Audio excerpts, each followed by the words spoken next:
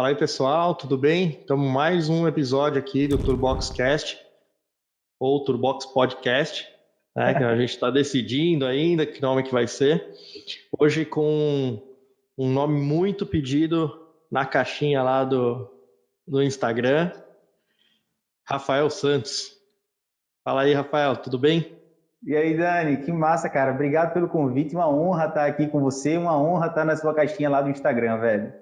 Cara, mas foi várias caixinhas. Era assim, eu perguntei quem vocês acham que é o primeiro.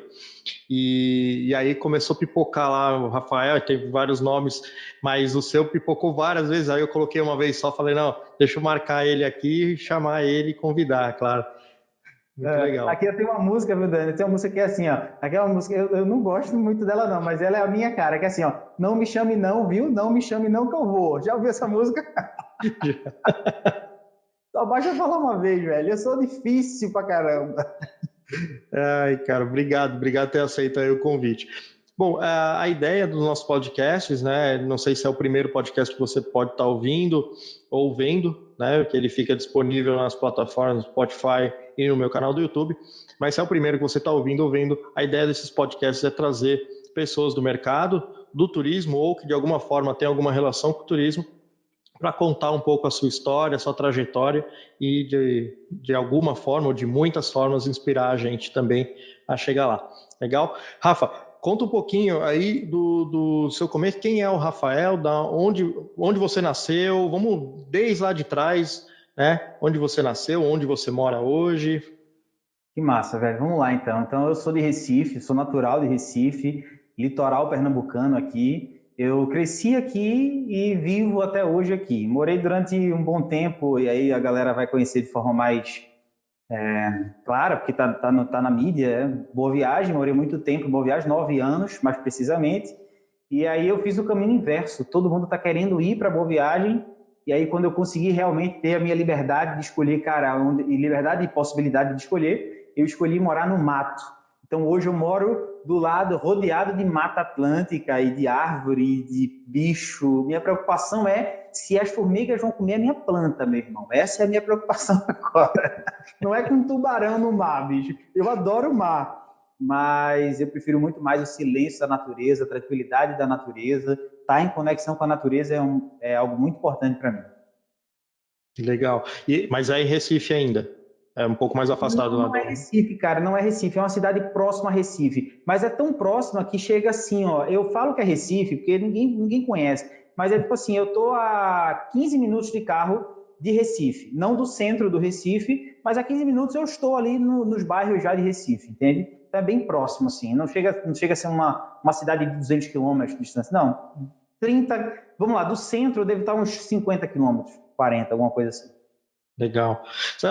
Assim, é uma tendência que eu vejo, muitos amigos meus, inclusive eu mesmo, dessa ideia de também sair um pouco dos centros e ter mais contato com a natureza, mais tranquilidade. E acho que esse momento que a gente está vivendo também, ele traz essa necessidade e esse desejo das pessoas de vou procurar realmente mais contato com a natureza, um lugar mais tranquilo, até pela possibilidade que as pessoas encontraram, né, de poder trabalhar de forma remota, né? Com certeza, bicho. E olha, eu vou te contar, nesse período de pandemia, quarentena, se a gente ainda continuasse morando em apartamento, como a gente morou a vida, eu morei, uma parte da minha infância foi casa, né? Na casa da minha avó, então tinha quintal, rua, aquela história de infância clássica de criança feliz. Então era rua, bicicleta, árvore e quintal. Aí, depois ali, adolescência, pré-adolescência, apartamento, e fui até meus 30 anos em apartamento, basicamente. Então, o que é que acontece? Daí eu vim para cá com esse período de quarentena, morando onde eu tô, cara, é outra vibe, sabe? Eu não sei como é que estaria sendo se eu morasse em um apartamento, por maior que fosse, mas continua sendo um apartamento, nesse período assim, você tem a possibilidade de ter uma área fora que você possa se preocupar um pouco com olhar para o... Era uma coisa que eu falava muito, cara, é muito bom você poder olhar e ver o céu, sabe? E é diferente de você ter uma varanda. É diferente, para mim é diferente. Eu curto muito isso. Tem amigo meu que fala: meu irmão, como é que tu mora aqui, bicho? Vou te contar, você não escuta uma moto, você não escuta um ônibus passando. Tem amigo meu que fala isso aqui, mas é o que eu Mas é curto. muito bom, cara, não ter esse barulho, não ter. Realmente é o que você falou de ver o céu. Teve uma experiência, até. Eu sei que o convidado é você, mas só complementando essa experiência, eu morei quase um ano em Miami. E o que eu mais sinto falta é que lá eu vi o horizonte. Assim, eu moro em São Paulo, né? E aqui em São Paulo tem esse problema que eu não consigo enxergar o horizonte, porque para qualquer lado que eu olhe tem muito prédio. Então, a linha do horizonte é impossível você enxergar em São Paulo. Então, isso eu tenho muita falta, assim, eu sinto muita falta disso lá. Que eu ia para o trabalho e voltava para casa, olhava para o horizonte, eu via a linha do horizonte, eu via o sol se pondo, o sol nascendo. É Cara, o bem. quanto isso é bom para a vista, não é, bicho? O quanto isso é bom para a vista, para a mente, não é, meu irmão? Como a gente mora numa parte mais alta, a gente é rodeado de vales. Então, o que mais nós temos são horizontes. Então, está muito distante o próximo. Aqui, para você ter uma ideia, eu vejo toda Boa Viagem. Toda Boa Viagem aqui eu vejo, para você ter ideia como é perto. E aí é muito bonito. Nessa época, inclusive, ficou mais bonito ainda, porque com menos poluição na cidade, principalmente ali em abril, quando realmente estava quarentena mesmo, o que acontece? Pouca poluição, cara, a gente via as luzes da cidade, assim, os prédios, coisa linda, bicho, sabe? Uma coisa que eu gosto, sabe o que é, Dani? É quando falta luz, bicho. Quando falta luz, a gente vê a estrela, a gente percebe o quanto que a luz ilumina, meu irmão. É muito bacana isso aí, é uma outra vibe. É verdade. É verdade. Aqui a gente não consegue nem enxergar estrela, nem lua, nem nada. Porque se você procura a lua, tem um prédio na frente. Mas tem suas belezas também, Não, não é, tem, não tem é... belezas. Assim, eu acho que cidade não é para todo mundo, assim como campo não é para todo Exato, mundo e morar na praia não é para todo mundo. Cada um exatamente. tem aquilo que lhe faz bem, né, e tem que buscar a sua felicidade.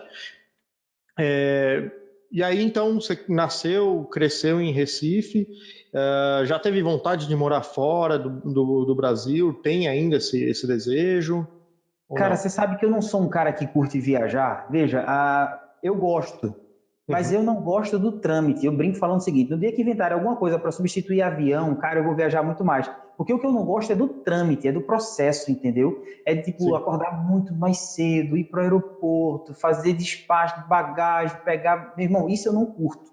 Então, eu nunca fui uma pessoa que olhou muito assim. Primeiro, que eu sou muito bairrista. Eu sou muito bairrista. Eu falo mal dos problemas do Brasil, falo mal dos problemas do meu estado, da minha cidade, do meu bairro, mas não gosto que fale mal. Entendeu? Então, eu não gosto de falar. Eu nunca olhei para a grama do outro, assim, tipo assim, cara, os Estados Unidos é maravilhoso, lá, se eu for para lá, eu vou prosperar lá. Porque eu sempre acreditei que a prosperidade está dentro de mim. Então, onde Sim. quer que eu vá, eu vou levar um pouco da minha prosperidade para aquele lugar. Não é o lugar que vai me fazer prosperar. Eu sempre tive esse entendimento. Eu nunca tive uma vontade, não, vou morar fora. Eu acho importantíssimo, fundamental, você ir visitar, inclusive faz parte dos meus planos, antes das minhas filhas entrarem na universidade, ou mesmo fazer vestibular, colocá-las um tempo morando ali, pelo menos um ano fora. Isso faz parte dos nossos planos, meu e da minha esposa, já é certo assim na nossa cabeça. É claro, elas vão crescer, elas vão ter a opinião delas, mas no nosso planejamento isso faz parte da nossa ideia, entende? Mas eu nunca fui uma pessoa que, não, morei fora, quero morar, não, nunca tive. A minha pergunta foi justamente por conta das suas filhas, né? Porque eu imaginei que você teria esse desejo, de repente, de propiciar para elas uma experiência, né, morando, até aprender um segundo, um terceiro idioma. Eu acho que é importante, por isso foi minha pergunta. Mas assim como você, eu também sou bairrista, cara. Eu moro no mesmo bairro, nasci aqui, moro aqui, daqui é difícil eu sair. Eu saí, fiquei um tempo fora, mas voltei para cá porque a gente não aceita, né? A gente sente falta disso. Isso que você falou de dar oportunidade para as filhas, isso sempre passa, vez por outra, é objeto de discussão nossa aqui. Até por Sim. conta de termos essa possibilidade, a gente, vez por outra, discute isso. Mas nunca foi algo que a gente disse, não, vamos fazer, acabou. Porque você sabe, né, meu irmão? Você tem mulher. Quando a mulher fala assim, cara, vamos fazer, quando a gente vê, a gente já está fazendo. Já A tá gente nem fazendo. sabe o que fez, mas a gente já está fazendo, né, bicho? Então, É assim, no verdade. dia que determinar que bater o pé, vai acontecer, mas agora, nesse momento, não faz parte, não. Legal. E vamos entrar um pouquinho no turismo. Conta um pouquinho a sua trajetória aí. Você é formado em administração, não é? Sim, sou formado em administração e o turismo veio ao meu encontro, né, bicho? Eu sou formado em administração e uma das coisas que a gente teve que fazer na faculdade, a maioria das pessoas, é o TCC, trabalho usando curso. Então você tem que fazer alguma coisa. E aí em administração precisava ser algo prático, numa empresa real, de verdade. Então eu disse, cara, minha mãe tem empresa. Minha mãe tem uma empresa. Coincidiu de ser uma agência de viagens. Eu disse, legal, vou fazer o seguinte, vamos fazer um plano de negócios para alavancar as vendas dela. Vamos entender qual é o principal produto que ela tem na empresa. Velho, eu trato a empresa do mesmo jeito. Se eu vou vender viagem, ou se eu vou vender pão, ou se eu vou vender pneu, cara, é a mesma coisa. As nuances existem, mas é a mesma coisa. Então eu falei, beleza, vamos lá. Eu estava fazendo, a minha faculdade permitia TCC em dupla, e aí eu fiz para ajudar um baita amigo meu, um grande amigo meu, inclusive perdeu a mãe recentemente. A gente se juntou para fazer isso. Eu disse, ó, tem acesso à minha mãe, vê aí se tem acesso a alguém aí, porque de repente a gente tem duas opções. E aí terminou sendo a minha mãe. Aí eu disse, vamos lá, mãe, eu preciso do seguinte, eu preciso dessa informação, dessa e dessa. Algumas coisas de contabilidade, algumas coisas de estrutura de vendas, em termos de histórico, e algumas coisas do que elas faziam em termos de mercado mesmo, assim. Elas não tinham nada para me dar. A minha mãe falou, quê? Histórico de 6 meses? Não. Isso aqui, fulaninha, que era sócia da minha mãe, controla num papel. Eu disse, não, peraí. No papel ou numa planilha? Que era menos vinho uma planilha, né, bicho? Não, no papel. Não, no papel. Num caderno, tipo, cara, como é que chama, bicho? Aquele negócio que fazia contabilidade no caderno mesmo, bicho. O livro Razão? Era tipo o livro Razão. Mas não era isso, enfim, me esqueci. Ela controlava lá. Então era coisa de louco, assim, ó. Ela tinha tipo. A gente começou a dar ré. A gente começou a voltar. Não, então não vamos conseguir potencializar se eu não tenho informação anterior. Então fomos voltando. Até que eu disse, bom, então o que a gente precisa aqui, o que esse negócio precisa é de um sistema para gerenciar as informações. Então a gente chegou, aí eu fiz o contato com alguns sistemas de back-office.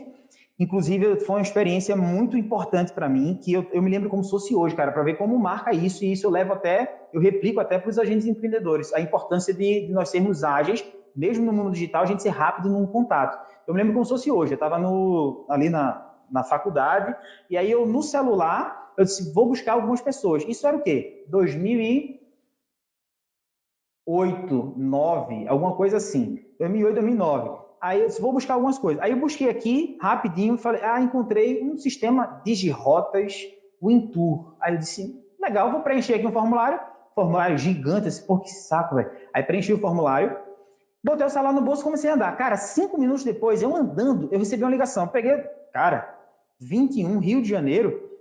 Aí atendi.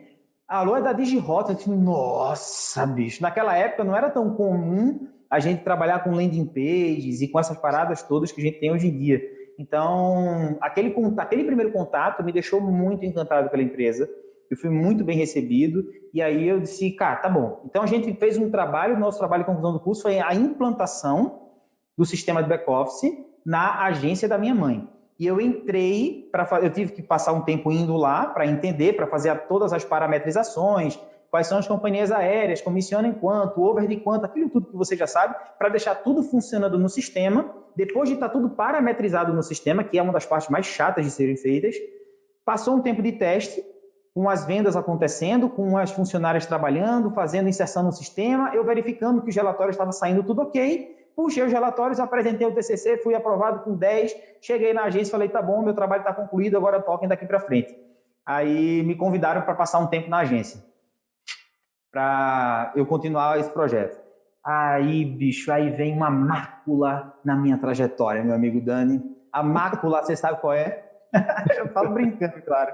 Mas a mácula é que o único registro na minha carteira profissional de trabalho que eu tenho é de lá. 10 meses de carteira assinada.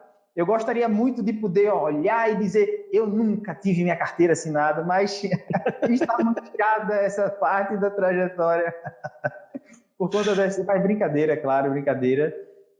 Passei esse tempo aí, entrei, implementei, deixei mais redondo o sistema, fiz outras melhorias lá, sites, etc. e tal, dentro do que eu podia, dentro do que me era dado acesso, até que eu percebi que, cara, aquele clássico, tem um teto, bicho. Não vão me deixar ir muito além do que aqui.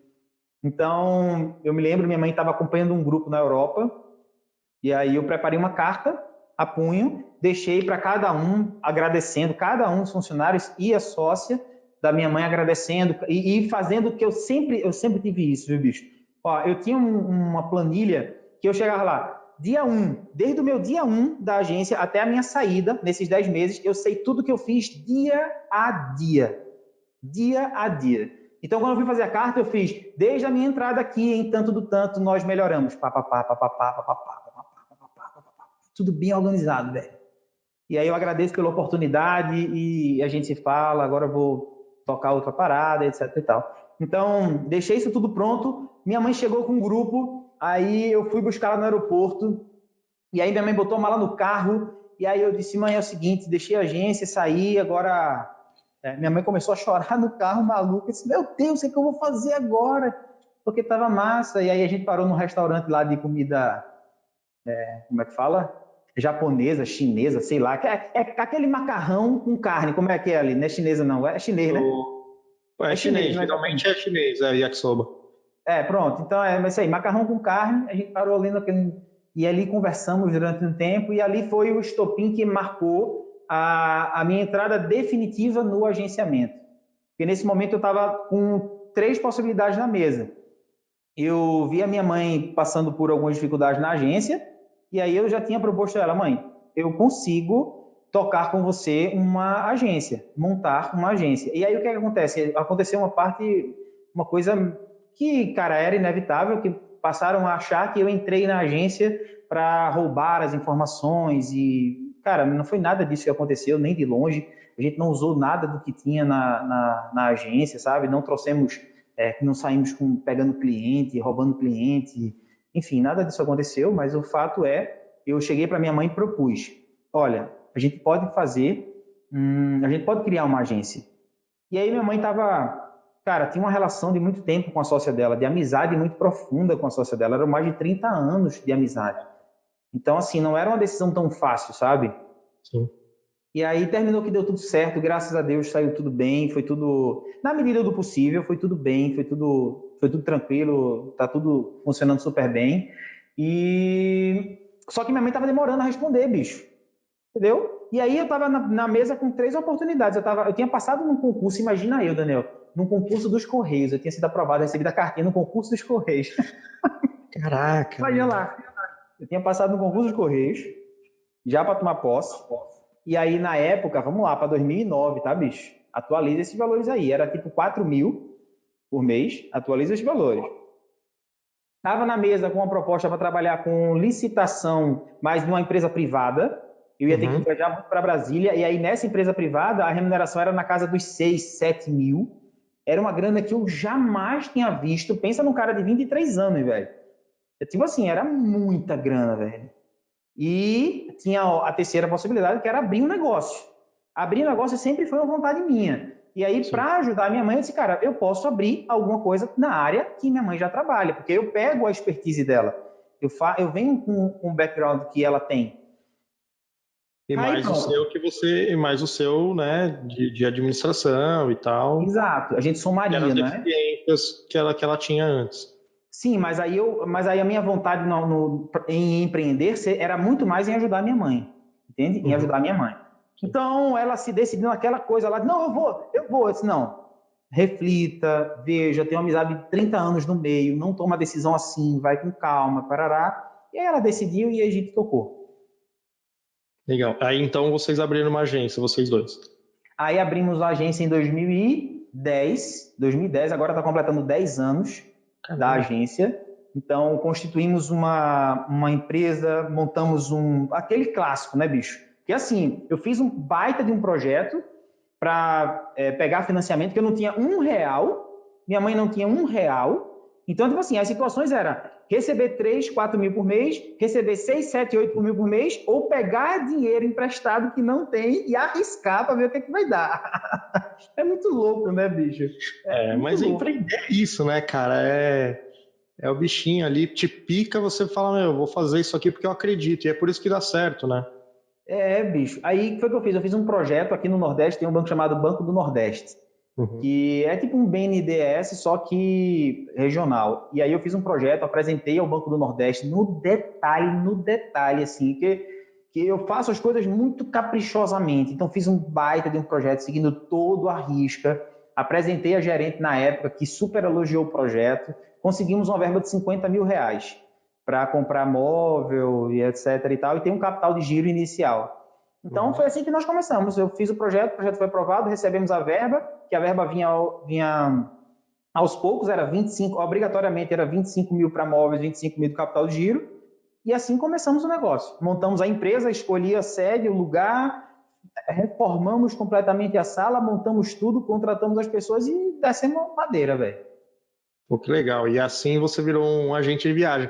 E uma coisa muito legal que você falou no começo, uma das primeiras coisas que você contou nessa história é a questão da administração, né? E eu sempre toco no assunto quando me perguntam, mas a faculdade é essencial, eu preciso fazer turismo, ou na verdade, ter uma agência de viagens é gerir uma empresa, né? Então você tem que saber de gestão financeira, gestão de pessoas, gestão óbvio, né? Obviamente que a academia ela oferece o embasamento teórico, né, dessa gestão, mas a prática é um pouco diferente. Mas eu ainda acredito na academia como base, né? E eu acho ainda muito importante. O que você acha? Você acha que a academia te ajudou muito, né, nesse impulso inicial aí?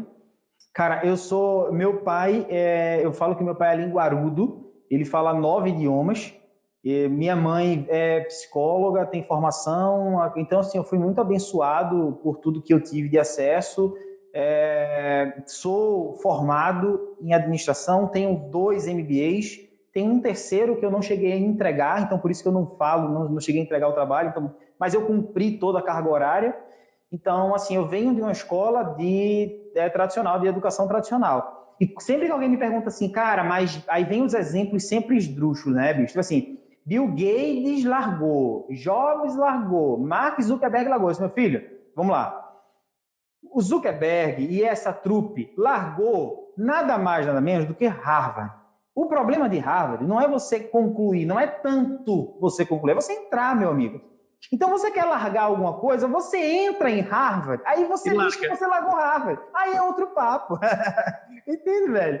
Então, assim, cada um uma realidade, bicho. É claro que a educação, a academia, ela está defasada em relação ao mercado. Isso é um fato. Eu já dei aula em pós-graduação, em MBA, e ela está defasada.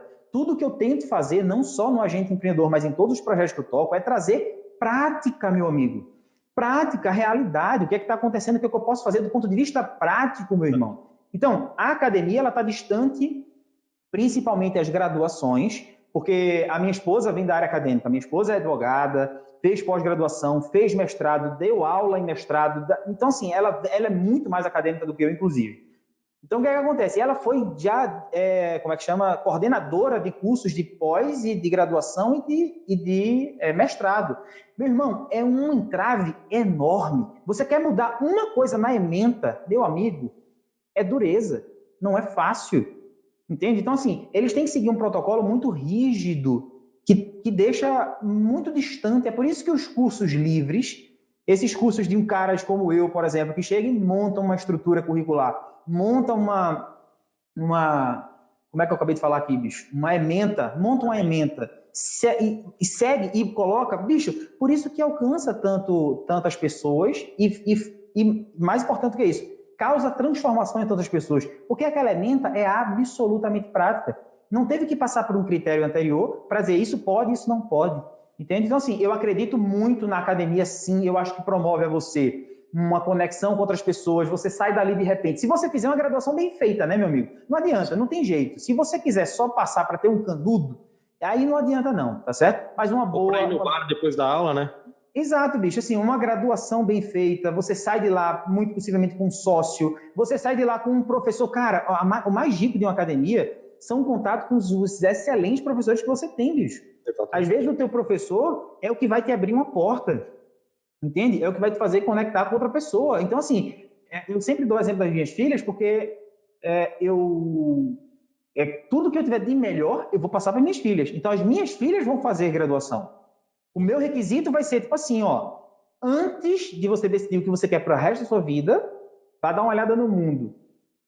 Passe um ano morando só, em outro lugar, você escolhe, e aí você volta e você decide qual graduação você quer seguir, entende? Mas a graduação, no meu ponto de vista, ainda é fundamental. Quer largar? Passa em Harvard e depois larga. Aí você pode usar o exemplo do Mark. É isso mesmo. Não, é exatamente o conceito que eu passo para as pessoas também, porque o embasamento é necessário. Não adianta você chegar a fazer um curso livre e aí você não consegue fazer uma conta, né? E aí você senta lá na mesa para explicar para a pessoa vai, mas eu não sei fazer conta de percentual. Aí fica difícil você ter que ensinar o básico, né, para um dono de negócio, né? Então, por isso que o embasamento acadêmico é fundamental, sim. E então aí você abriu, voltando para a sua história, você e sua mãe abriram a agência, e aí o agente empreendedor, aonde que entrou, como é que surgiu o agente empreendedor? Você estava lá na agência e aí eu conheço uma parte dessa história aí, mas deixa você contar. Mas isso é engraçado, viu, bicho? Aí a gente inaugurou em 2010, 2011 a gente faturou 1.300.000 reais no primeiro ano de agência. Eu disse, uau, que sensacional, bicho. No segundo ano a gente foi para 1.800.000, beirando ali 2 milhões de reais. E aí as coisas funcionando. Só que aí eu comecei a me deparar. Eu disse, cara, tá dando 1 milhão aqui no relatório, mas cadê o dinheiro na conta, né, meu irmão? O negócio aqui não tá meio diferente. Aí você, como administrador, olhou e falou assim: pô, como é que eu vendo 1 milhão, mas cadê o dinheiro no meu bolso aqui? Para onde vai esse dinheiro? Não, o controle de onde ia o dinheiro e tal, eu tinha, mas assim. Não, sim, mas você fala, pô, mas por que não vem pro meu bolso isso? O que me chamava a atenção, sabe o que era? Era tipo assim, era 1.800.000 lá no começo, faturado, e aí resultado líquido lá na última era 10, 12, 13% do que foi vendido. E isso começou a mexer na minha cabeça de, cara, a gente precisa fazer alguma coisa diferente. Aí a gente começou a pensar em estratégias, em formas para aumentar o resultado. Eu tirar um pouco minha vista do faturamento, porque eu brincava na época na agência falando o seguinte, cada venda é um possível problema. Cada venda é um possível problema, sobretudo se envolver aéreo. Então é melhor você ter 10 vendas, porque são 10 possíveis problemas, e você faturar, e você ter de resultado 100 reais, vamos dizer, só uma conta simples, ter os 10 reais, do que você ter 50 vendas para você ter de resultado tipo 200 reais. O dobro de resultado, mas é o quíntuplo de problemas. Então eu comecei a fazer essas matemáticas e comecei a buscar consultorias externas, comecei a buscar. Aí eu fui pro clássico, né, bicho? Sebrae e aquelas coisas todas. Porra, mas eu não acredito muito não. Mas espera aí, deixa eu queimar. Eu posso queimar minha língua. E tomara que eu queime a minha língua. Deixa eu ir no Sebrae. Eu quero ver realmente. Eu quero passar pelo processo. Então nós fomos finalistas no Prêmio MPE Brasil de Gestão de Sebrae. Nós competimos com várias empresas muito, muito importantes daqui do mercado regional, do mercado nacional. Fomos vice-campeão aí no MPE Brasil. Depois a gente passa. Aí eu, cumpri com a função aqui. E o Sebrae é aquele clássico de micro empresa mesmo. Então, tipo assim, visão, missão, cara, não era isso que eu precisava. Eu fui competir porque era importante para mim poder ostentar um prêmio de gestão. Ostentar no bom sentido, era de poder mostrar que a gente, nesse sentido de gestão, a gente usou até bastante esse mote durante um tempo lá como marketing. Então, eu fui buscar Sebrae, fui buscar consultorias externas. Aí eu busquei várias empresas de marketing daqui, regionais, de Pernambuco, tal, Recife. Eu disse, cara, não, quer saber, bicho? É porque a galera daqui não sabe fazer nada não, velho. Vou contratar a galera do Sudeste, do Sul, que a galera lá é que é top, não sei o quê. Aí contratei as empresas lá, até que eu cheguei numa chamada Rio Web. Eu não sei se ela existe ainda, eu acho que ela é lá do Sul, Rio Web. Cara, eu pagava mensalmente para essa empresa, para essa agência de publicidade, R$2.000. Isso numa agência de 4 funcionários, um total de 6 pessoas. É custo altíssimo, né, bicho? Sustentei esse custo por uns 6 meses. Sustentei esse FII por uns 6 meses. Eles não me prometeram, eles não me entregaram o que prometeram, certo? Mas eles me apresentaram, foram eles que me apresentaram o conceito das landing pages. Na época era um conceito bem incipiente, diferente do que é hoje. Então, mas foram eles que me abriram essa visão. E a partir daí as coisas começaram a mudar. Como a gente empreendedor surgiu nessa parada? Porque assim, isso era mais ou menos 2013, 2014. Eu estava cheio de gap na agência que eu olhava e dizia, cara, eu preciso resolver. Aí eu ia e resolvia um pedacinho aqui, um gap. Contratava uma consultoria, pagava caro por ela, resolvia outro gap. Mas era um pedacinho. Aí resolvia um outro, entende? Aí aí daqui a pouco começou a rodar as coisas super bem. A gente tendo previsibilidade de caixa, a gente tendo um fluxo de clientes que a gente sabia que era saudável, a gente tendo um processo que sabia que a gente não ia botar as meninas para atender se não fosse já um prospecto já pronto. Então, assim, a gente começou a organizar a casa de tal forma que eu falei, cara, tá bacana. E eu sempre fui um cara de estar indo em muitas, como é que fala? Convenções das operadoras. Então, a gente era convidado, eu estava lá. Eu estava lá. Porque como eu sou um extraterrestre do turismo, eu não tenho 30 anos de mercado, 20 anos, para mim era importante ir, porque eu observava as pessoas. Eu olhava quem era quem e eu dizia, pô, aquele cara é foda, eu vou colar nele, velho. Inclusive, antes de abrir a agência, eu passei em vários caras que para mim eram referência na área, bati na porta e falei, cara, o que é que você diria para você se você estivesse começando? E os caras não me diziam nada, velho. Os caras não abriam nada, não diziam nada. Eles falavam meio quilo, não ficava 1 grama. Entendeu? E eu, me ligava, tudo bem, o cara não quer falar, tá tudo certo. E eu ia nesses eventos mais para ver quem é o cara que tá puxando o bonde. E eu ia, no final, ia lá, falava com o cara, conversava com o cara. Até que não deixe movimentos, eu conversava muito também com as agências para entender, principalmente quando os eventos eram nacionais, não é? Quando a gente ia para outra cidade que reunia várias agências, eu conversava, cara, e aí, como é que tá a tua agência? Cara, e aí, como é que tá a tua agência? Cara do Rio, cara de São Paulo, cara de Minas, do Sul, aqui do Norte. E todos tinham basicamente o mesmo problema. Aí o Agente Empreendedor nasceu quando? Quando foi em 2015, numa comissão da Schutz que aconteceu em Gramado. Aí eu fui na caravana de Pernambuco, era uma caravana, ia caravana de tudo que é canto, caravana de Pernambuco, eu lá, camisa da Schutz e tal. E aí, palestra que estava rolando lá, eu saía, puxava um, puxava outro. E mais uma vez aquilo se confirmando das agências tendo o mesmo problema. E eu ajudava elas anotando num pedaço de papel, cara, você vai fazer o seguinte, faz isso, isso e isso. Faz isso, isso e isso, faz isso, isso e isso. Tá aqui meu telefone, me liga qualquer coisa. Na convenção. Hã? Na convenção, você fazia isso na convenção. Na convenção. Eu puxava o cara ali no papel e dizia, faz isso, isso, isso, aqui tá meu telefone. Coloca isso aqui, qualquer coisa tu me liga. E assim eu fui ajudando várias agências, bicho, de outros lugares. Aí dessa vez, eu voltando, porque tem que pegar Gramado, Porto Alegre, tem 1h30 aí de transfer. Porto Alegre, São Paulo, normalmente, São Paulo, Recife. Então, eu tive bastante tempo para pensar, né? Então, nessa trajetória, eu disse, cara, dá para eu fazer alguma coisa. Mas eu não vim, tipo, com um olhar mercadológico. Cara, a minha agência já estava funcionando muito bem. A gente tinha cliente corporativo, a gente tinha grupos sistemáticos, tínhamos clientes de forfait, tínhamos clientes recorrentes que compravam a gente sempre. Então, assim, para eu tirar minha atenção da agência, teria que ser algo que valesse a pena. Aí eu voltei na agência, sentei assim, o birô era de frente assim, no meio da minha mãe, aí eu sentei e falei, seguinte, liga aí para Eloy Dávila e liguei para Flytour, a gente era cliente da Flytour, liga aí para Flytour porque eu quero convidar o Eloy Dávila. Eu disse, bom, quando eu voltei, eu disse, cara, eu vou fazer uma coisa no turismo, para eu desviar minha atenção tem que ser com alguém que, para mim, no meu ponto de vista, seja o maior cara do turismo. Quem é o maior cara do turismo? Para mim, é Eloy Dávila. Toda a história, toda a trajetória do cara, aí eu, liga aí. Aí minha mãe pegou o telefone, ligou, eu sabia que ia cair na secretária, caiu na secretária mesmo, meu irmão, quando tem que ser, Eloy estava passando na frente, pegou o telefone, eu disse, quando eu vi minha mãe falando, Eloy, tudo bem? Eu gelei, bicho, eu disse, não acredito, velho, Eloy no telefone. Aí minha mãe, no momento que eu vou passar aqui pro Rafael Santos, não, eu não era Rafael Santos ainda, eu era Rafael Ribeiro, eu sempre assinei como Rafael Ribeiro, meu nome é Rafael Ribeiro Santos. Eu sempre assinei na agência como Rafael Ribeiro. Só um agente empreendedor que eu adotei o Santos. E eu vou passar aqui para o Rafael Ribeiro. Aí encaminhou a ligação, Eloy, tudo bem, Eloy? Como é que você tá? Já brother do cara. Como é que você tá? Tudo bem? Eloy, meu nome é Rafael, sou cliente da Flytour. Primeiro quero dizer que eu admiro demais a sua trajetória.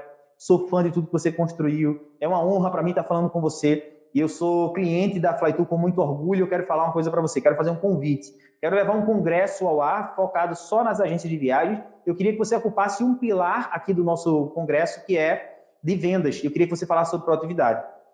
Ele de silêncio, ele só falou assim, tá topado, tá fechado, eu aceito. Aí eu disse, agora lascou, porque agora tem que existir, agora vai ter que existir a parada. Até Logicamente, então não tinha. não, até então não tinha, até então eu precisava de alguém grande para valer a pena. E eu já tinha dito que eram 20 e tantas palestras, agora eu vou ter que arrumar os outros 20 palestrantes. Mas assim, é jogando e correndo atrás, bicho. Aí Show. quando eu liguei com o Eloy, eu pulei, eu disse, caraca, bicho, que massa, velho. Aí, a partir daí, eu fui buscar os outros palestrantes. Obviamente, eu já tinha feito um mapa mental, sabia quais eram os pilares que eu queria entregar, eu sabia quem eu poderia buscar ali. Então, busquei os outros. Isso foi em maio. Cara, agora eu posso me perder nas datas, mas eu acho que foi maio de 2015. E quando foi em junho de 2015, foi basicamente maio, junho, foi alguma coisa assim. Março, vamos lá, março foi a convenção da Schutz, isso eu tenho certeza. Aí quando voltei, aí eu levei um tempo aí desenhando isso, acho que foi maio, e aí foi em agosto rolou o congresso. Foi mais ou menos essa timeline aí, eu posso ter me perdido nos meses, mas foi tudo em 2015, levei o congresso para o ar, com 20 e poucos palestrantes, alcançamos várias agências, e aí foi que começou o trabalho. Mas você sabia que eu não comecei focando no agente empreendedor? Não começou com o nome agente empreendedor. Começou como Trevi Academy. Na minha ideia era criar um braço da Trevi. Porque qual era a minha ideia? Você lembra que eu falei que a minha ideia em participar de um prêmio de gestão era ostentar o prêmio? Sim. A minha ideia nesse momento era tipo assim, cara, imagina se eu dissesse que eu sou o agente de viagens que treina outros agentes de viagem. Pô, vai pegar bem para mim. Entendeu? A minha ideia era reforçar que a Trevi é a agência que treina outras agências. Aumentar sua autoridade com o seu público ali, com seus clientes. Com o viajante final, final. Então, nunca pensei em voltar para a área. Só que na graduação, bicho, na graduação e nos MBAs, as cadeiras que eu mais curti eram as cadeiras de consultoria. Eu sempre fui um cara de consultoria, eu queria estar dentro da empresa do cara e melhorar o negócio do cara. Eu sempre fui um cara do B2C, do B2B. Não era do B2C. Sabe, eu sei vender para o cliente final, eu sei vender o que eu até nunca fui, sabe? Só que eu não tenho a paciência, eu não tenho o conhecimento que as agências de viagem têm em termos de destinos, não tenho. Eu sou muito tranquilo de dizer isso, cara, a gente não conhece tudo. Sim. Entende? Então, assim, como eu era o cara do B2C, quando eu comecei a fazer isso, cara, eu comecei a tomar gosto. Então, quando foi em agosto a gente lançou, quando foi aí demorou tipo março do ano seguinte, eu acho que foi isso aí, 2016, ou comecinho, final de 2015, a gente lançou o Agente Empreendedor. Aí começou aí nasceu o Agente Empreendedor, o nome, Agente Empreendedor. Mas tudo como Rafael Santos, eu troquei, para não confundir a minha galera, eu troquei de Rafael Ribeiro para Rafael Santos e comecei a caminhada como Rafael Santos. Show, cara. Que legal. Eu não sabia também que você era Rafael Ribeiro, essa parte também não conhecia, essa parte da história. E você já falou do Eloy, mas tem alguma outra pessoa, alguma outra personalidade ou alguma outra pessoa que nessa sua trajetória, pode ser do turismo ou não, ela foi uma inspiração ou uma referência para você? Cara, eu sou muito inspirado. A gente tem aquela frase clássica que eu concordo muito com ela, que a gente tem a média das 5 pessoas, né? Com quem a gente mais convive. Não necessariamente convive de estar todo dia, mas que a gente convive consumindo. Então, lendo livros, assistindo filmes e mesmo à distância, aquela pessoa te inspira. Então, eu sou uma pessoa que eu adoro ler biografias reais, não é? Não aquela biografia fantasiada e tal. Biografia real, porque olhando a trajetória, cara, eu acredito o seguinte, livros é uma porta por 40 contos, 50 contos, tu acessa a mente de um cara que é genial. Então, assim, os livros te abrem um portal mágico que tu acessa a cabeça de um cara que está jogando um outro nível de jogo estratosférico, entende, velho? Imagina se Elon Musk para e escreve um livro sobre a vida dele. Cara, é claro que eu vou ler. E não precisa ser o Elon, não precisa. Não precisa ser. Mas, assim, além do Eloy, porque o que me chama a atenção no Eloy é o fato dele estar na indústria e de toda a trajetória que ele percorreu. Agora, as pessoas que mais são inspiração para mim, acredite, são os meus professores, foram os meus professores da faculdade. Então, tem um que é Pedro Paulo Procópio, até PPP, o nome dele, Pedro Paulo Procópio, que foi um, inclusive, que eu convidei para ser um dos palestrantes. O cara era assim, genial, genial em termos de pegada, de didática. Me inspirei muito dele em questão de saber explicar as coisas, de você esmiuçar, de você dar exemplo, de você, sabe, tornar a coisa fácil. Porque o nosso papel como educador é fazer com que o difícil se torne fácil, entende? É você fazer a pessoa explicar. E não você, porque a graduação ensina outra coisa diferente, viu, Dani? A graduação ensina a gente a falar, principalmente de administração, a falar difícil. Porque aí você vem na consultoria mais cara. E eu sou totalmente contrário. Inclusive, cara, isso aí eu passo muita vergonha, bicho. Olha, no congresso, velho, eu botei, se acredita ou não, um terno, bicho, para vender. Se acredita? Eu disse, não, tenho que ser alguém organizado aqui e tal. Eu usei terno, meu irmão, para gravar um vídeo, bicho. Olha, é um dos vídeos que eu só mostro esses micos no PAEX, né? Que é o evento lá que a gente faz do Agente Empreendedor. No PAEX eu abro as porteiras mesmo, eu passo vergonha mesmo lá. Pô, vou Para ter que ir mostrar a no galera. PAEX para ver esse vídeo, cara, que agora deixou. Ridículo, é ridículo. O vídeo é ridículo, meu amigo. Porque sabe o que é ridículo? Não é por causa do paletó. É porque eu estava tentando ser alguém que eu não era. Sim. Eu estava usando uma roupa que não me deixava bem. Eu estava tentando falar de uma forma que não era eu. Então, quando hoje eu falo, e aí, meu irmão, tudo bem? Cara, sou eu falo assim, se eu desligar a câmera com você aqui, se a gente sair do ar, você vai falar comigo do mesmo jeito. E aí, meu irmão, como é que tá? Fala, meu irmão, vamos quebrar tudo, é isso aí, tamo junto. Porra, murrinho, entendeu? Eu falo assim. Então, a autenticidade é uma das coisas mais importantes que nós temos que a gente não pode perder. A gente vai querer fazer. Existe uma diferença muito grande de você se espelhar em alguém e de você querer ser o que aquela pessoa é. Sim. O espelhamento é você olhar e trazer para você adaptado para a sua realidade. E trazer a essência, né? É o que você falou do livro ali, é assim, não são só aquelas linhas que estão escritas ali, tem a essência por trás do que a pessoa está escrevendo, que muitas vezes a mensagem é muito maior do que está por trás das linhas escritas do que realmente do que está escrito ali. Então, a referência e tal, eu acho que é isso que você quer dizer, né? É pegar a essência da pessoa ali e trazer para você e falar, bom, dá para usar esse pouquinho aqui dentro da minha autenticidade.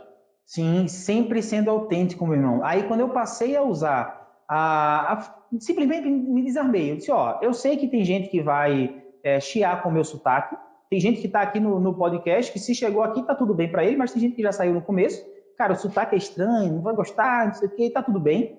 Tá tudo bem. Tem gente que vai... Por isso que eu sempre falei, quando eu começava as transmissões, eu direto aqui do litoral pernambucano, estado de Recife, litoral pernambucano e tal, eu sempre reforçava Nordeste do Brasil, não sei por quê? Porque isso, como eu falei, eu sou bairrista, então isso para mim é muito bacana, sabe, velho? De poder falar e não perder a origem de onde você veio, de quem você é. Eu nunca tentei usar, falar tipo com X, como os cariocas falam, ou mesmo os paulistas, ou dar tipo assim. Cara, eu não falo tipo assim, sacou? E tá tudo bem, velho. Eu acho massa as diferenças de sotaque, mas pode ser que alguém não se conecte comigo. E tá tudo bem. Porque é melhor uma pessoa não se conectar comigo do jeito que eu sou do que se conectar comigo do jeito que eu não sou. Então, quando eu assumi isso, de fato, foi quando as coisas começaram a se tornar mais leves, né? Sim. Eu também tenho, como você falou, essa trajetória, né, de empresa grande, essa trajetória de academia e tal, ela traz uma bagagem, como você falou, usar terno para fazer apresentação e tal. Isso é coisa que a gente tinha muito no tempo, né, da faculdade, no tempo eu trabalhei em algumas empresas grandes, então tinha esse negócio, pô, você tinha uma reunião super importante, você tinha que pôr terno, pôr gravata, porque era uma reunião com o diretor, o presidente, não sei o quê. Então, na verdade, aí você faz ali também, né, não é um tipo, mas você faz um personagem, você assume um personagem ali que realmente não é você. Você fala, bom, eu não falo assim com meus amigos, e deixa de ser verdadeiro. E aí, às vezes, você se preocupa tanto em ficar preso naquela personagem ali que você está naquela reunião, que o conteúdo muitas vezes não sai, porque você está tão preocupado em manter ali a sua pose que o conteúdo que é o mais importante não sai. E é muito importante essa autenticidade. Você gostou, beleza, não gostou, não dá para agradar todo mundo. Paciência, né?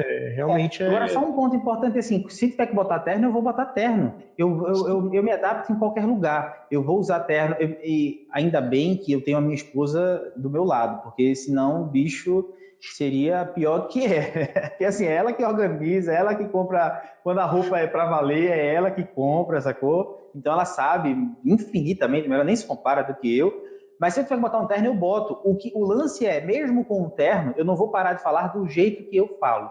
Eu não vou parar, eu não vou mudar minha forma de me comunicar. Eu não vou mudar minha forma de abordar as pessoas. Eu não vou mudar quem eu sou. Não vou deixar que a roupa, e a roupa muitas vezes cumpre essa função realmente, como você falou, não é? A gente bota a armadura, logo a gente tem que ser mais polido. Não, cara, a gente é polido, sim, logicamente, em alguns momentos eu não vou falar meu irmão, não vou falar minha irmã, é óbvio, a gente tem que saber chegar a isso aí.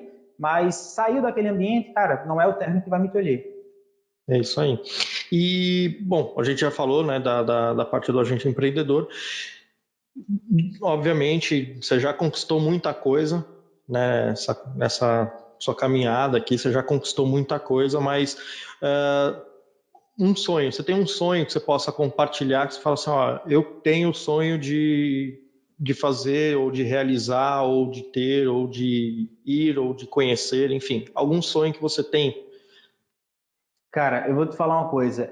Quando a gente fala assim, ó, hoje no Agente Empreendedor, quando a galera olha o Agente Empreendedor hoje, e aí eu falo lá principalmente no grupo do Telegram, que aí lá eu abro e falo, gravo áudios maiores. Eu já fiz até um áudio falando sobre isso, que o principal problema é a gente olhar o que a gente está fazendo hoje, ou quem a gente é hoje, com o que o cara já é, tipo, muito mais na frente, entende? Tipo assim, aquela clássica analogia, comparar seus bastidores ao palco de alguém. Isso é muito ruim. Seu capítulo 1 ao capítulo 10 de outra pessoa, entende? Cara, os meus capítulos iniciais foram duros, sacou, velho?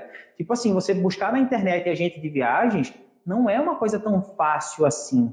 Entende? A gente cortou mato alto nessa começo de jornada aí, bicho. 2015, ninguém dava atenção a agente de viagem, não, meu irmão. Fora as associações, ninguém dava atenção, não. Não tinha uma pessoa para chegar e, não, vamos ter conteúdo. Não tinha, velho. Então, a gente cortou mato alto lá atrás, e a gente cortou mato alto pagando o preço do mato alto, sabe? A gente formava a turma de agente empreendedor, que a gente anotava na unha. O cara dizia o menor sentido, tipo assim, a menor chance do cara entrar, ele demonstrava a menor chance, a gente já pegava o nome e meio do cara e não largava o cara, entendeu? Então, assim, era nesse nível, já teve momentos que a gente investiu o último dinheiro que a gente tinha para chamar as pessoas para participar do negócio, e no meio da apresentação, como uma live que a gente está aqui agora, faltar luz, entendeu? Com o último grana, que na verdade não era nem dinheiro, era dinheiro do cartão de crédito, entendeu? Então, assim, a gente já cortou muito mato alto na trajetória para chegar até aqui. Hoje, graças a Deus, a gente trabalhou, e com um trabalho consistente, duro, mais inteligente, depois de cortar esse mato alto, hoje a gente consegue abrir uma turma, cara, a galera lota logo. Mas é um trabalho consistente vindo sendo feito há muito tempo, de muito tempo atrás. Então, hoje, o sonho que eu tenho, cara, a minha vida hoje, na verdade, sempre foi pautada assim, em vistas da minha família.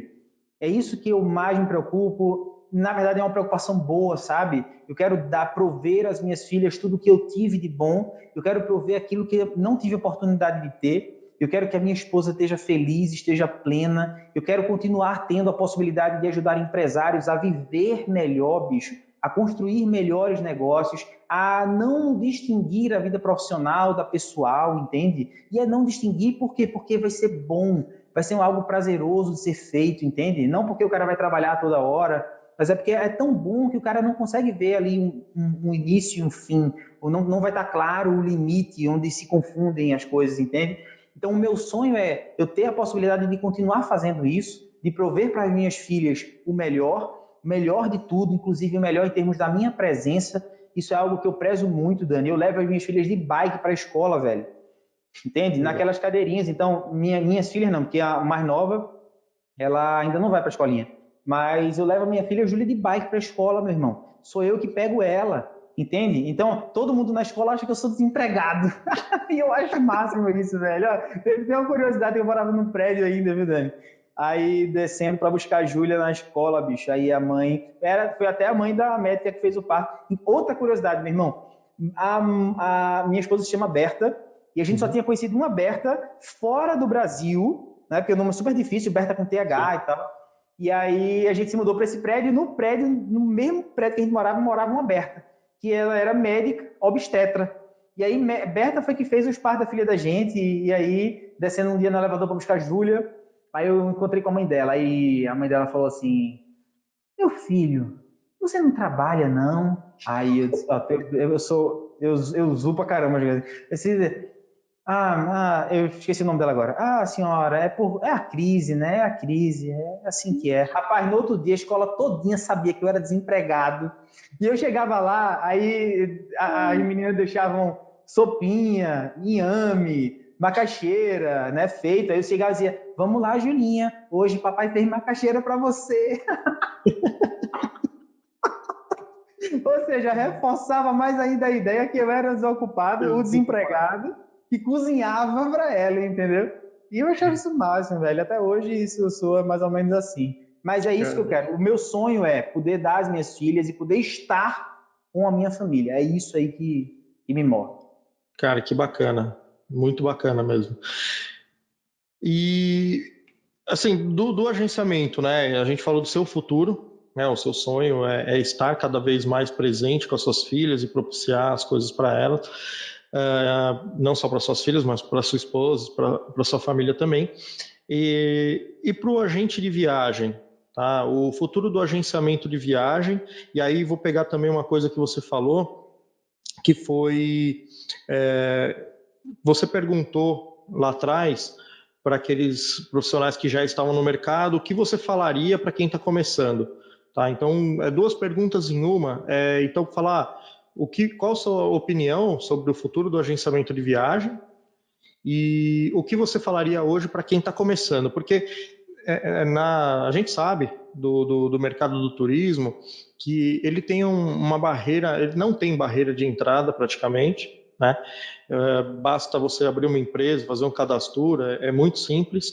E eu vejo com a crise, não sei até a sua opinião sobre isso também, eu vejo com a crise muito desemprego, né? E o desemprego vem aumentando e vai aumentar ainda mais um pouco antes de começar a diminuir.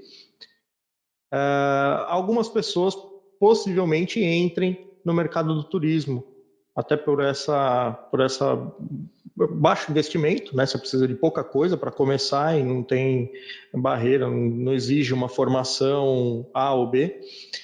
Então, para essas pessoas que estão começando, o que você falaria para elas? Legal, bicho. Esse lance de barreira de mercado, eu já falei até numa transmissão ao vivo, que vários mercados não têm barreira de entrada. Músicos, artistas, teatro, cara, você não tem. Futebol. E o mercado do agenciamento é a mesma coisa. É um mercado que não exige uma barreira de entrada muito grande. É diferente de um médico, diferente de um advogado. Você precisa ter OAB para advogar. Você precisa ter o CRM para operar, para abrir a cabeça de alguém. No agenciamento, não. É por isso que existe a transversalidade da concorrência. E outras pessoas de outros mercados vêm concorrer no nosso mercado aqui. O cara viaja para 5 países diferentes, volta, abre um blog e faz, às vezes, uma agência de viagem. Só que jamais ele vai se comparar com um agente de viagens se esse agente de viagens, com todo o conhecimento e background que ele tem, se ele for um pouquinho para o mundo digital. Então, o meu movimento hoje no Agente Empreendedor é unir as habilidades e as experiências dos profissionais de agente de viagens com a beleza e o alcance do mundo digital. Esse é o nosso embate lá, essa é a nossa luta. Então, o que eu falo para quem está começando é o que eu falo para quem já está há muito tempo no mercado. Quer dizer, cara, você tem que olhar para o mercado de viagens não como venda de viagens, tem que olhar para o que vende antes. O que é que você vende antes da viagem? A viagem é um meio para você entregar aquilo que você quer entregar. O que você quer entregar? E é aí que você parte, é daí que você parte. Entende? Quando você fala assim, cara, como é que eu vejo o futuro do agenciamento? Cara, são 70 mil agências hoje, com CNPJ ativo, 70 mil agências no Brasil, é um número bem grande, bem expressivo. Cara, os números das agências são muito representativos. As operadoras e os destinos e os hoteleiros, eles menosprezam a força da cadeia, a força da distribuição, Temos muitos profissionais que não se capacitam também. Vamos dar a nossa cota aqui também, dar a nossa cara a tapa, tá certo? Tem muitas agências que são muito fracas, e eu falo muito fracas mesmo, entende? De não saber se comunicar, de não saber escrever, de não ter o mínimo, entende? Então, dessas 70 aí, seria chute eu falar qualquer número, mas eu diria que boa parte realmente está ali numa linha de corte muito baixa. Então, assim, as que passam da linha de corte mínima, cara, se elas começarem a olhar dessa forma, a chance de perpetuar é muito grande. Aí você olha para os Estados Unidos praticamente não tem agência de viagem, mas a força da movimentação de quem trabalha, não tem agência física, mas que continua atuando, fazendo a cadeia girar, vendendo, intermediando as coisas, é muito grande ainda. Corresponde a cerca de 50% do que é vendido. Aqui na Europa é um pouco mais, vai na casa dos 65%, 70%. Aqui no Brasil é altíssimo ainda. Chega a bater 80% do que é vendido. Entende? Então, assim, cruzeiro bate 90%. Venda de cruzeiro bate 90% vindo de agência. Passagem aérea ainda são 50%. Entende? Então, assim, é um número muito representativo. Agora, o mercado mudou, meu amigo. Não adianta você só estar vendendo ou focado exclusivamente na intermediação. Não dá. Não dá. A intermediação é o papel principal, de uma agência, mas não é porque disseram que você tem que ser intermediador que você tem que ser só isso. Você pode criar produtos únicos da sua agência e vender o seu conhecimento, entende? Então, é nisso que eu acredito, é dessa forma que eu acredito no futuro do agenciamento, com um olhar mais abundante, com um olhar mais agressivo, entendeu? Agressivo mesmo, entende? Não passivo, entende? Do cara que chega para fazer diferente, para dar cara a tapa e fazer algo, e não ficar chorando o que estão fazendo ou o que foi outrora. Cara, o que foi outrora já foi. Foi. Entende? Então, assim, com esse olhar que eu acredito. Exatamente, sem se lamentar, é o que você falou, é perfeito. E é o que a gente vê muito ainda no mercado, né? Um inconformismo, mas foi, aí aparece mais um player, aí, porque o fulano agora apareceu, aí tudo lamenta, cara, não, foca a sua energia e foca os seus objetivos ali e vai atrás, cara, não tem que ficar olhando para o lado, que o outro tá fazendo, o que surgiu agora, cara, você tem que estar antenado, mas assim, o foco de energia é no seu objetivo. Claro, meu irmão, olha, existe a zona de influência e existe a zona de controle. Então, assim, o que está dentro da sua zona de influência? Aí você vai e influencia quando você puder influenciar. Mas existe uma série de outras coisas que está dentro da sua zona de controle, que você controla. Tudo que está dentro do seu negócio, você controla. Se você vai vender, ou se você quer focar mais num produto do que em outro, isso você controla. Você não tem apenas influência, você controla. Entende? Então, eu prefiro focar meus esforços, 80% dos meus esforços, naquilo que eu tenho controle e 20% naquilo que eu influencio. E a gente deve influenciar, a gente deve se intervir, a gente deve fazer parte de associações, a gente deve dar voz à associação, porque uma associação representa a gente. A gente deve dar vez à Brastor, à ABAV, à Aviesp, à UGART, todas essas associações, porque elas representam sim, elas buscam sim, elas estão fazendo o papel delas, bicho. O que eu luto, as pessoas confundem. Quando eu falo isso, eu não falo mal de associação nenhuma, meu irmão. Nenhuma. Todas elas fazem um baita de um papel. Agora, é política, meu amigo. É política. Existem vários outros níveis que não é só a ABAV querer. Não é só a Aviesp querer. Entende? Agora, o que é que eu falo? Cara, vá lá, cumpra seu papel de influência nas associações, influencie, vote, participe das reuniões, seja abaviano, seja aviespiano, e aí você está exercendo sua influência. Agora, fez isso, volta para focar. Não espera que A ou B faça o trabalho por você, meu amigo. Tem muita gente que quer fazer isso, Dani, que quer que os outros resolvam terceirizar a responsabilidade, né, cara? É aquele negócio, se você acha que tá ruim, vai lá e participa, faz acontecer, né? E isso daí é um problema, eu vejo, falar, né, do brasileiro em geral, não vou nem falar só do mercado do turismo, é um problema do brasileiro como um todo. Vai lá e porque a política, então se envolve em política. Então, faz alguma coisa, assim, não adianta eu reclamar do meu condomínio. Se você não vai na reunião do condomínio, eu não gosto de reunião de condomínio. Então não reclama da reunião, não reclama do que não aconteceu, da reforma, entendeu? É a mesma coisa na política. E a mesma coisa no nosso mercado. Se você está reclamando, mas a BAV não faz isso. Então vai lá, então se candidata, então vai participar do conselho, colabora. Como é que você pode contribuir, não é? Eu já cheguei aqui na BAV de Pernambuco e falei, cara, contem comigo para o que precisarem. Querem um treinamento, cara, custo zero, não vou cobrar nada, meu irmão. Vamos lá, eu contribuo com vocês, eu quero ajudar.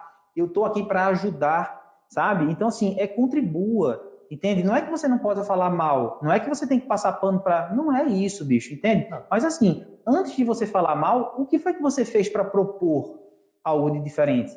Para somar? Isso é muito importante. Exato, legal. Cara, estamos chegando aí ao fim, tá dando o tempo de 1 hora que a gente programou. Antes da gente finalizar, fala um livro que você indica, né, ou que você esteja lendo, ou algum livro que você já leu e que indica aí para a galera. Massa, bicho. Eu separei aqui um livro, na verdade eu não separei. Quando você me falou isso do livro, que foi a única coisa que a gente conversou antes de entrar aqui, que você falou, cara, a única coisa que eu peço é que fale de um livro. Eu disse, para ser bem genuíno, eu vou pegar o livro que está aqui na minha mesa essa semana. E o livro que está na minha mesa essa semana é esse daqui. Meditações Diárias, psicografado por Chico Xavier, pelo Espírito de Emmanuel. É uma leitura incrível. Eu sou espírita, esse é um livro espírita, mas só para deixar bem claro aí para quem está nos ouvindo. Então, é um livro espírita com meditações diárias. Então, o que é que acontece aqui, Dani? Eu tenho alguns rituais, sabe, bicho? Eu tenho alguns rituais antes de começar o trabalho, quando termino, de desligamento, dessas coisas todas, porque eu acredito que nós somos seres holísticos, a gente não é só estratégia, só técnica, só empreendedor. Cara, tem outras áreas que se a gente não equilibrar, vai fatalmente alcançar essa nossa área, que é o foco aqui da conversa, do empreendedor. E esse livro aqui, ele me ajuda quando eu leio, abro um capítulo aqui e faço uma leitura, e aqui eu começo, faço as minhas orações e começo o dia a trabalhar, ou fecho o dia, também acontece isso, de fechar e ler alguma mensagem aqui. E aqui a mensagem que eu deixo desse livro, bicho, é o seguinte, nós somos espíritas e eu sou palestrante também espírita. Eu atuo em casas espíritas, a gente faz palestras, a gente ministra palestras. Eu sou músico também, então eu faço eventos de música beneficentes dentro de centros espíritas para a gente arrecadar e ajudar outras instituições, não só espíritas, mas qualquer uma outra. O lance é o ser humano, antes de qualquer outro estigma. A gente ajuda o ser humano, antes de qualquer outro rótulo. E o que é que eu falo nas palestras espíritas? Eu falo o seguinte, cara, a gente precisa fazer não uma leitura de um texto espírita. A gente precisa fazer uma leitura espírita do texto. Para a nossa comunidade dos espíritas, isso faz sentido, porque você sabe, isso é em qualquer comunidade. Tem a galera que é mais conectada e a galera que é mais relapsa. Então, as pessoas quando entram num centro espírita, parece que são revestidas de uma calma, de uma brandura, que se tornam, não é, seres evoluídos. Aí quando sai do centro, quando sai da reunião, vira cachorro doido, moleque doido do negócio, aí dá, meu amigo.